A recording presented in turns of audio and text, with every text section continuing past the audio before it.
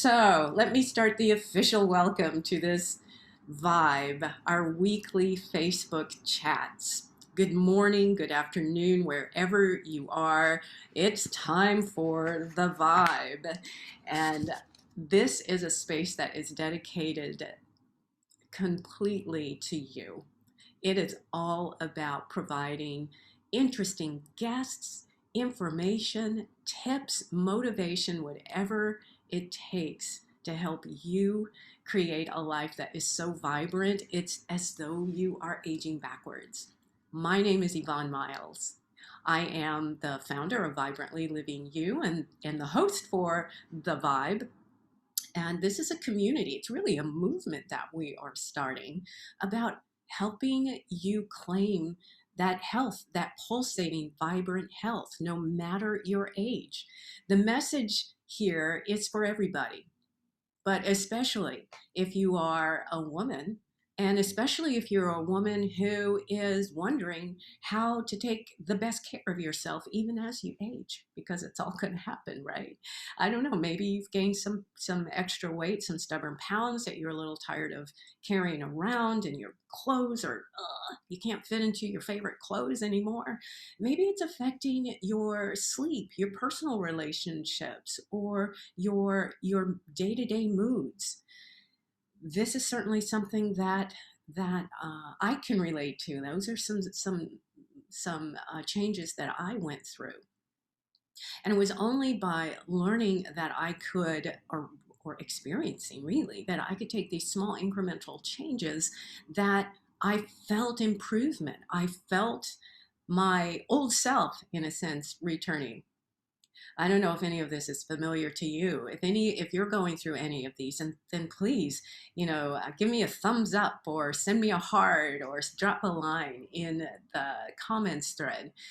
And let's see if we can provide you some guidance to get you on the right track.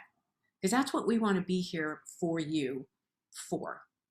We want to be your guide. We want to be your mentor. We want to be your coach to help you figure out the best path for you, for your health, for the long term. One thing I have become much more resolute about is that we all have the absolute right and an opportunity to actually feel better in your body, to feel stronger, to move with ease and with grace, to sleep well, to have youthful, glowing skin. All of that is available to you. And it is your body and it is your life, but that is available to you. And all it takes is making those small changes, making different choices in your lifestyle habits, because they all add up over time. It doesn't have to be all at one time. It takes a while for those changes to take effect, but then you find yourself feeling so much more energetic, so much more happy, and so much more in control of your life and your health. That's Vibrantly Living You, and that's the you. That's the you in Vibrantly Living You. So what we've been doing over the last month, or several months really, is taking a look at our health through a different lens, through the lens of the chakra system. The chakra system, if you're not familiar with it, is it corresponds really to your endocrine system, to the major organs in your body, to where all of that the heavy lifting of your metabolism is happening.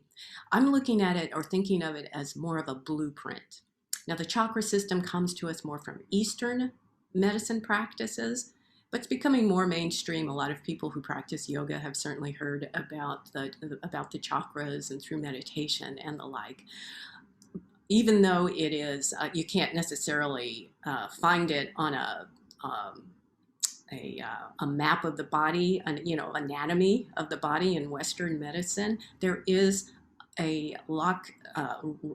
in step correspondence with the major energy centers of the body. So it's nice to be able to use that as the blueprint. And we've been using it as like a flashlight to shine our focus into a particular area that, well, we might have neglected. Or there might just be a gap. There might be something that we can make one small little change to and see a big result in the rest of the body. Because one thing about the chakras is that they remind us that it's a system. It is a system. The whole body is a system, and everything is talking to each other, and everything works together. All right, so that's why I care about the chakras, and that's why I hope you'll care about the chakras, whether you have a deep knowledge of them or not. So we are, for this month, the month of May, and actually even into June, we are looking at the third chakra, also known as the solar plexus chakra. So it's located in the midsection of the body, a couple of inches above the navel. It goes all the way back to the spine. There's an element associated with each of the chakras. And with chakra number 3, solar plexus, solar, think sun, it's fire. And the color is yellow, like the sun. And what is really cool about that is that, unsurprisingly at all, it plays a very fiery role in the body. And what is a fiery process in the body? That's digestion. A lot is going on in the digestive process about breaking down all of those nutrients that we put into our bodies. And hopefully it's mostly nutrients instead of non-nutrients. So it makes sense for us to focus this month on the dual concepts of nutrition and digestion. And as you've heard me say, if you've been following the vibe for a while, that nutrition is one of the biggest tools in your toolbox for health. That's where you're going to get the biggest bang for your buck when it comes to making those healthy choices for a healthy and better result on the other side. And that's why I am absolutely thrilled to have my longtime friend and registered dietitian and nutritionist, Karen Funderburg, with me here today. You may recall that she was part of our Rise and Reset Sugar Detox Challenge back in February. Or maybe it was January. I've actually forgotten when it was. And she was such a hit that I promised to bring her back. And here she is. I'm so glad.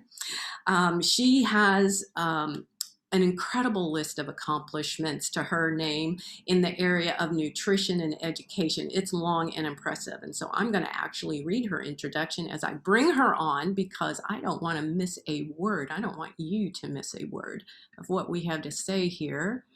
Where is my ability? There we go.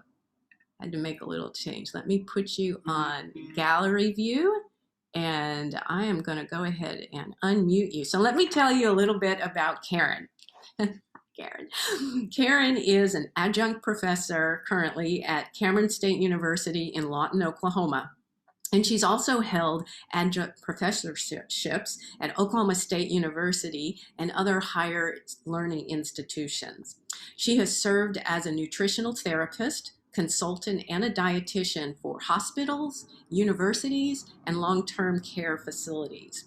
She has educated hundreds, and I don't know, Karen, you can correct me, it might even be thousands by now, of students in the field of nutrition.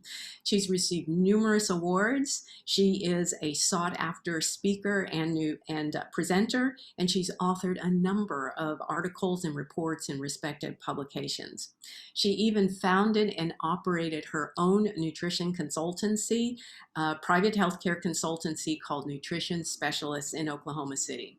She has done more in the field of nutrition and education than anybody that I know, and I am so proud to be her friend.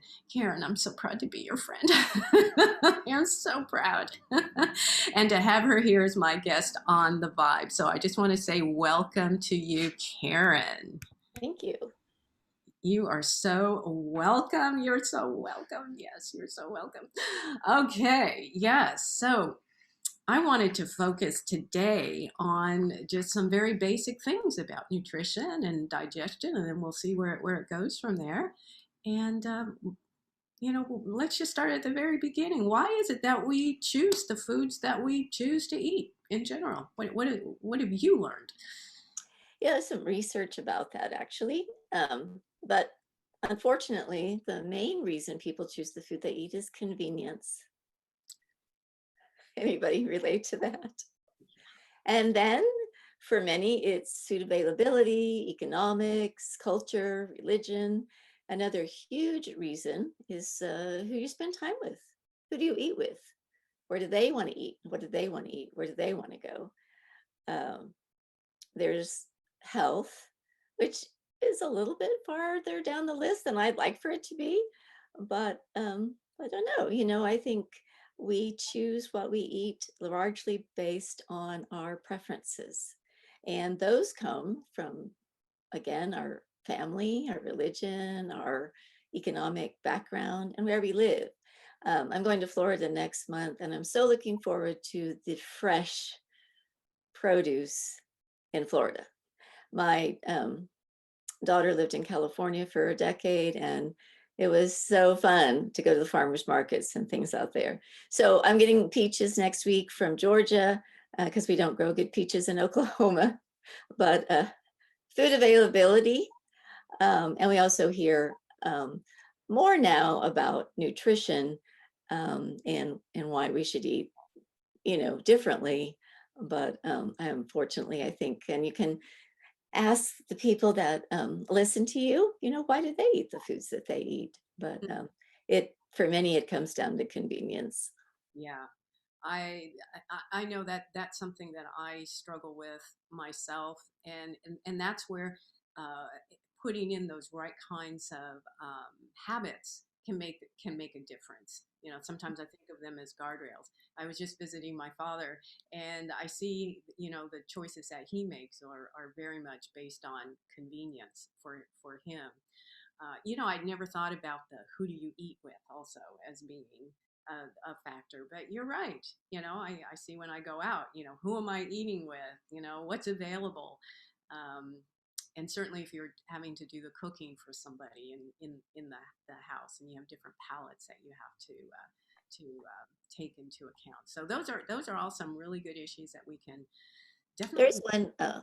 one more I didn't mention, and that's cooking skills, people's confidence or their ability or inability to go into the kitchen and make themselves a meal. And I think that's why we see so many processed meals and packaged things in the market now, is because people lack the ability to actually go in the kitchen and cook. Yeah, yeah, absolutely. And the shame of that is that when you're dealing, if you have the ability to deal with fresher vegetables, there's some very simple things that can be done with those. So yeah, you're giving me lots of good things to focus on in vibrantly living you. Yeah, that's really good. So what does it really mean to eat right? Yeah, so eating right means uh, eating what we were intended to eat. Now, some may say nature made, some may say God made, but what I say is close to the farm. So we want to be able to choose foods most of the time that were intended for human consumption, and many of those come from the garden. So a high plant-based diet. That doesn't mean you can't have meat, but it just means that if you're looking for the best nutrition, you're going to find those in plants. Eating right means limiting, not like you mentioned, nutritive food items or additives. So we want to eliminate a lot of food additives, preservatives in our diet. And, we can talk more about that later and how it affects aging, but eating on a regular basis, not waiting until the end of the day to consume everything. So eat from the farm, try to eat throughout the day and give your body some fuel. And a rule of thumb that I like to use is if you can wash it, you can eat it. Oh. Yeah. So if Flaming Hot Cheetos or Chips Ahoy do not wash well. I love it. But beans, fruits, even meat, you can wash it. Yeah. Oh, that's a great way. That is a wonderful, wonderful rule. I like that. We're gonna make sure we post that somewhere in in our spaces. Wonderful. Okay. Um, so let's just drop down into immunity. How does food relate to immunity? So the body, as you mentioned, is a system of parts that all work together. And the immune system, interesting, because I think you talked about this with the chakras. If you ask a 10-year-old, where's your brain? They'll point to their head. Where's your elbow? They'll point to their elbow. But if you said, where's your immune system? You, there is no place that you can point to because it's the whole system. And in nutrition, there's at least 75 nutrients that we need on a regular basis, which is kind of amazing when you think about it.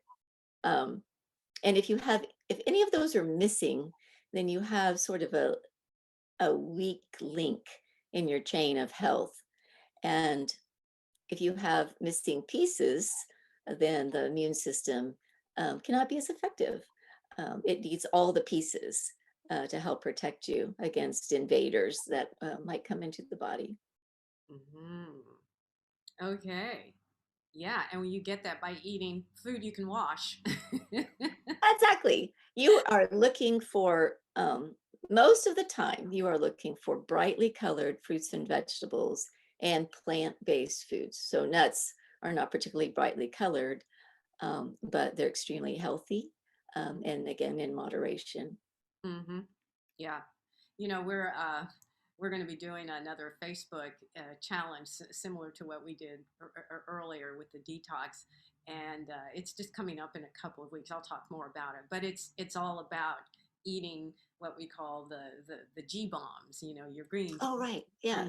mushrooms, seeds, and Yeah. nuts. Yeah, yeah. So thanks for letting me put in that little Oh, yeah. Yeah. dance advertisement. Okay. Yeah. And so, how can food help people age backwards? I say that a lot. I claim that. People have told that to me, and I say, well, it's because of the food I eat. And is it true? It's true. So what happens in the body? So aging is a process of copying your cells. So we have transfer RNA, messenger RNA, and as cells die, they are copied over and over again. So think about if you had a copy of a copy. So we have an original, and then we copy it, and we copy it, and we copy it. Then pretty soon the copies don't look as nice as the original did. If you are copying a color picture, let's say you were copying a rainbow, and your printer was out of red ink, then your copy wouldn't have the red part of the rainbow. That Hmm. makes sense? Yeah. So aging is this process of copying our cells over and over again. And we want those cells to be as healthy as possible. And we don't want things that come in and damage our cells. So think about a banana or an apple or a peach. When it sits on the cabinet, it turns brown, right? Right. Yep. And that's oxidation. And we are oxygen burning. Talk about your fire. We are oxygen burning critters. That's what we live on. So we want to consume antioxidants. Everybody's heard of antioxidants, the C and the A and the selenium. Antioxidants help prevent cell damage. Mhm. Therefore, they're not missing anything. And when they're copied well. Things that aren't meant for human consumption, like red dye number 6 and food additives for preservatives, um, are damaging to cells. Just like the sun, we know the sun. Um, we get vitamin D kind of from the sun. It's always called the sunshine vitamin. But too much sun, of course, damages our cells, damages our skin. So in order to eat healthy, to age backwards, we want to not consume things that are damaging to cells, and we want to consume the things that are antioxidants and things that keep our cells healthy. Thank you for that beautiful analogy about the copier because I just had to replace, magenta again. That's right. Yeah, yeah. That is a fantastic, fantastic analogy. Yeah, and that all goes back to those right kinds of foods. I really like that. Can you Okay. speak up a little bit? I'm just jabbering. Okay, that's all right. I'm just agreeing with you. Okay, okay. Okay, I do need to get an extra mic.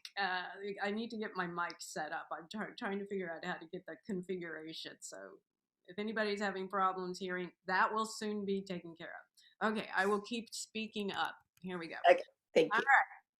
So there's been a lot in the news lately about gut health. And whenever I hear gut, I am thinking digestion. What's actually happening during digestion? So digestion has a literal definition, and you mentioned it's, in the beginning, it's just breaking down food so we can use it. Basically, you consume an apple, and then it has to be broken down into its parts. The digestion is so interesting because we think of our stomach and sometimes our intestinal tract, but digestion actually starts in the mouth with salivary amylase and talking about the system, teeth, oral health are important. If you don't have very many teeth or any teeth at all, then you automatically start changing your diet. Um, there are deficiencies that can cause your taste buds not to work very well. Zinc is one of those. So in the literalness of digestion, it starts in the mouth, travels into a very acidic stomach, where it begins to be broken down. Little bonds are broken and travels into the small intestines. In the small intestines, there's three parts, and that's where most of the absorption of nutrients occurs. The intestinal tract and the colon are muscles, and like skin and like I don't know, you might think of a steak and how you can see the layer of muscles through a cut of beef. Our intestinal tract has a multiple layers, and the first layer is the first line of defense. And so we want that layer to be healthy and strong. But for many people, they get little tears and holes in that first line of defense. And so microbials, bacteria, viruses, whatever, can pass into the second layer of the intestines, and that causes inflammation. And inflammation causes a immune response. So our immune system is then working to try to counteract what's going on in the intestinal tract. In severe cases, we can get a hole in the intestines, something that permeates all the way through. And then we have what's called leaky gut, or, we have a buildup of bacteria between the linings of the muscles. So the immune system is affected by the whole system of the body. Definitely, the intestinal tract is our first line of defense against really disease. Because I would say the belief factor, some people don't believe it, but we should after COVID. We're covered, our surfaces, everywhere we are is covered with microbes of different kinds, and we consume those. And generally, they don't make us sick because we have this great working intestinal tract that keeps those from getting out into the body and causing disease and damage. Mm, that was a very thorough description of digestion, and I've never thought of it quite in that same way. Yeah, so thank you for that. Oh, I love having a nutritionist and dietitian here. I mean, I've just been swimming in a lot of this for information for a while. I really love how you just make it so easy to understand. So you just break it down beautifully.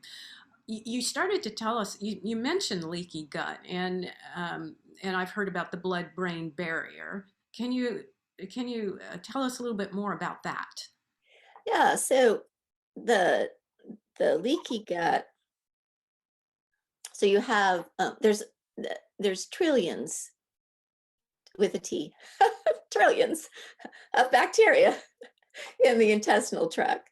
And most of them are supposed to be good bacteria. We hear about good gut flora, good gut health, good gut this, good gut that. But there can become an overgrowth of bad bacteria, and that can cause a lot of problems. A low fiber diet creates an unhealthy gut environment. So with leaky gut, again, you may have these tears, this permeability that happens where things get out of the intestinal tract and into the bloodstream that are not supposed to be there. They should have been stopped and excreted, but because of the leaky gut, they get out and about. And so again, then the immune system is like invaders, invaders, warning, warning. And so it has to, yeah. And so it has to, it has to work, um, to correct that. And we have to, I mean, if we know that we have leaky gut syndrome, then we have to change. We have to change our diet. We have to alter the microbials in the gut to try to, patch that up. And I've had lots of patients. I mean, one of the primary groups of patients I saw in my practice was GI patients, patients that were having all kinds of GI issues, the gas, the bloating, the feeling of fullness, and so forth. And so leaky gut is a real thing, and you can kind of read about it. But again, it just goes back to it's generally caused by our diet and is corrected by our diet. The This is a tongue twister, the brain blood barrier. Yeah. That one. Yeah. When the brain is a generic term for the central nervous system. So you're really talking about how the central nervous system um, and the blood interact. So you will, again, you want to have the right things in the blood to feed the neurons and the nerve endings and the brain. And hopefully, the blood is not trying to carry a lot of toxins. So I want to interject something right here about water, because water is the part of the blood that flushes toxins out of our system. And like the chakras, the brain is kind of the Wizard of Oz. Like the brain is the master that's kind of delegating. So the brain delegates to the hypothalamus to signal the thirst response. So then we get thirsty, and then hopefully we drink. And most of us know the signs of dehydration: fatigue, headache, irritability. But dehydration is more than that. Of course, dry skin and on and on. But so the hypothalamus triggers us to drink, and then its job is done, and it passes the baton to the kidneys. The kidneys then have to decide how much water to reabsorb back into the bloodstream and how much water to excrete. But the water, and I say water, I'm talking about H2O. I am not talking about Diet Coke. I am not talking about coffee. I am talking about water. Travels in the blood and flushes the toxins out of our system so that our immune system, our immune response, doesn't have to deal with it. So that's another part of how digestion helps the immune system, is having water, which helps us have good bowel movements and also helps us transport the nutrients out of the intestinal tract into the blood. Mm, yeah, the importance of water. Thank you for putting that into the discussion. I remember a physician. I was with I was with my father, and I just mentioned something about water, and he said, "You don't need to drink that much water. It's, that's not going to help you out." And I was shocked. I was Yeah. absolutely shocked. I was shocked. And it just goes to show, look, like less than 25% of medical schools out there have even one course on nutrition for medical doctors. And yet your food is the most important driver. Your food eating practice is the most important driver of health. Yeah. Anyway, oh, so many good things that you have validated for me. So many good things. I want to just quickly loop back to fiber. I recently attended the annual food summit at Food Revolution Summit. And I've heard this before, and it really saddens me that a lot of people think that meat is a source of fiber. And I figure that if people have that misconception, it must be whenever you come across, that gristle sometimes in a cut of steak or something that you just can't, you can't break down. And that people think that that's fiber. You and I, of course, both know that that is not true. So could you set the record straight? What is fiber for the diet? Yep, fiber is, there's two kinds, soluble and insoluble, and they only come from plants. They are plant-based. You could get, I don't think you'd get it in some kind of meat supplement, but they can add fiber to things, i.e. like Fiber One products, but fiber is from plants. Soluble fiber is the gel-like fiber, if you think of jelly, and that consistency. So fiber tracks soluble fiber. It means it digests in water. No, no, no. It dissolves in water, and uh, it is that gel-like substance once it takes on water that helps grab up cholesterol and get it out of the system. It helps form nice bowel movements. It helps regulate blood sugars. And it feeds the bacteria in the intestinal tract to make more good bacteria. Insoluble fiber is more like the old roughage that we used to hear about.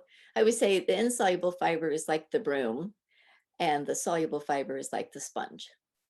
Oh, okay. All right. So, They're both important, and foods generally have both.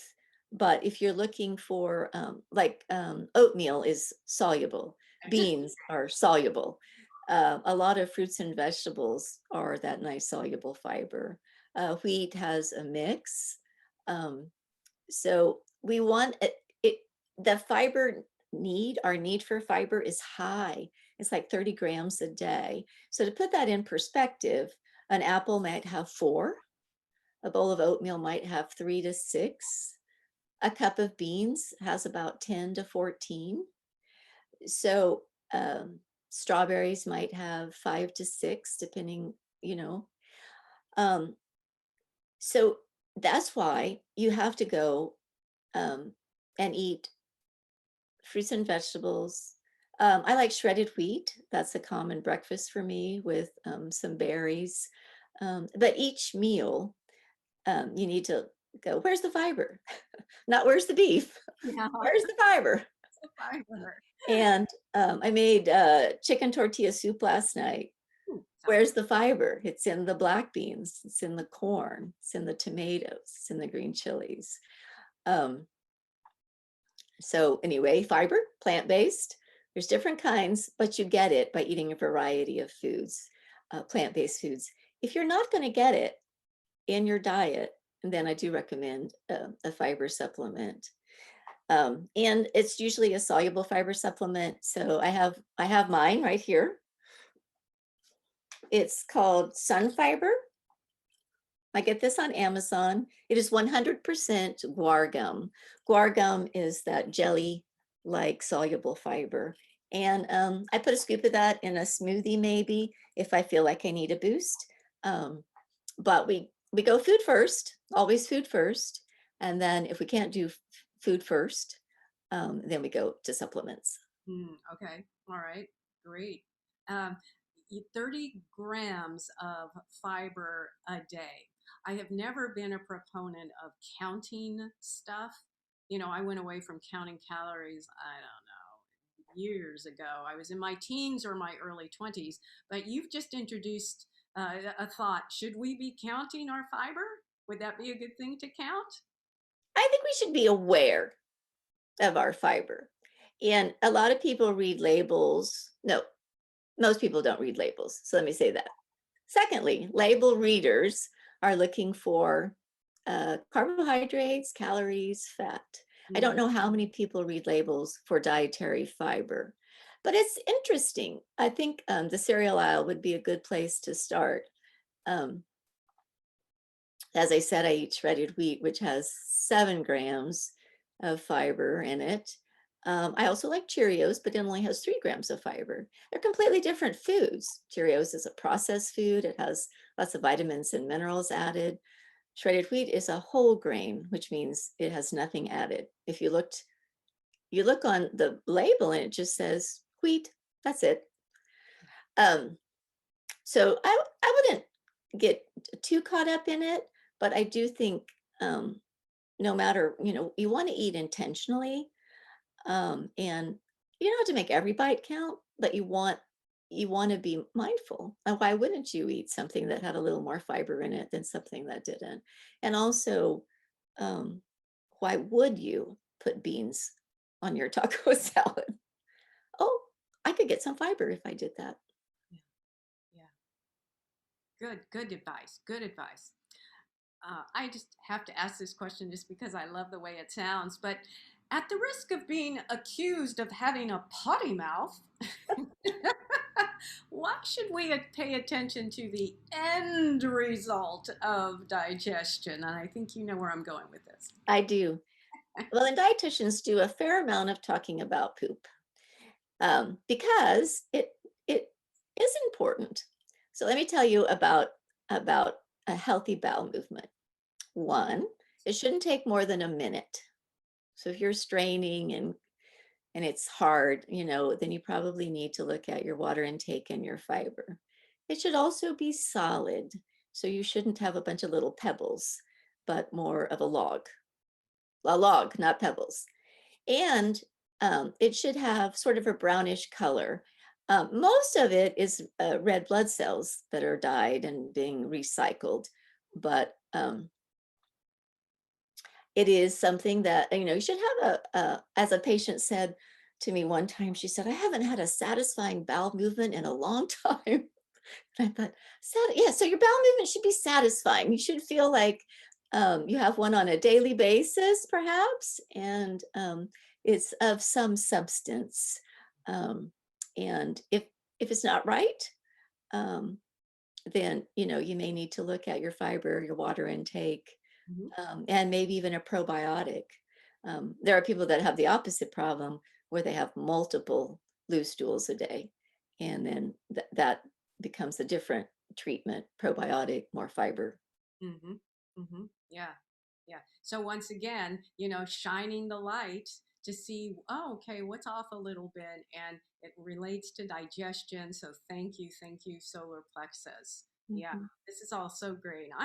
We're just going to have to send this recording out to lots of people. Anybody who's not happening to watch right now in Vibrantly Yours or Vibrantly Living You, if some of what Karen is saying is resonating, then please show her some love. I mean, I'm learning all kinds of new information. Yeah, I love this. I didn't realize about the red blood cells. Okay. Oh my gosh, we're getting to the point where we're going to have to draw this to the end. I even had a couple of other questions to ask, but you actually did allude to one of the questions I was going to ask about supplements, and you basically said food first. Food first. So I guess, if something's missing that you can't easily get through the food, then maybe you would want to go to supplements.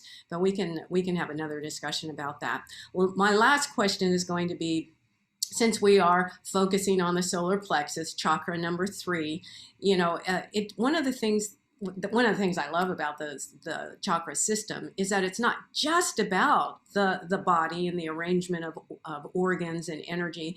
It also corresponds to the characteristics that we might have and behaviors that we might have. And one of the things the solar plexus teaches us is about the ability to focus and take action, to be somewhat intentional, to focus and to take action. Those are just two things. There are others. But my question to you, Karen, is there anything that you would like to share with our listeners about being in action around their health or around nutrition and digestion? Yes, I think I do like to use the word intentional eating, because not every food has to have a higher purpose. I mean, sometimes we just eat for fun, but uh, hopefully we're eating somewhere around 30 times a week, 3 meals a day, a few snacks, and we want to make most of those bites count. And we want to take action around really looking at our diet. I think some of the things you've done with your detox and so forth just really brings people in to take a look, at what they're eating. And then through that action of looking at, where is my fiber? Where are my antioxidants? Where are my brightly colored fruits and vegetables? Where are the foods that I can't wash? Where are the foods that I can't make in my kitchen? And do I really need those foods? So being intentional. I have a phrase that I use, and it's called routinely nutritious, purposely repetitious.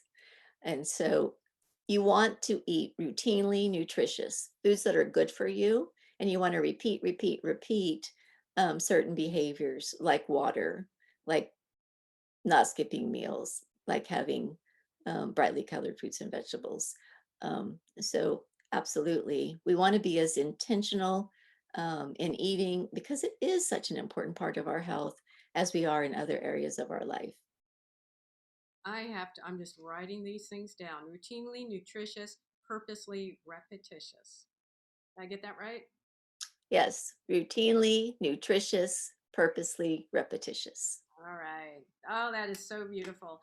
I would love to keep talking and learning from you, Karen. We have to bring this to an end. Um, because I have my Raise Your Joy, the end of Raise Your Joy series starting in just about 11 minutes.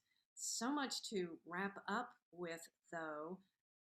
First, I often will suggest a chakra food and a chakra move of the week.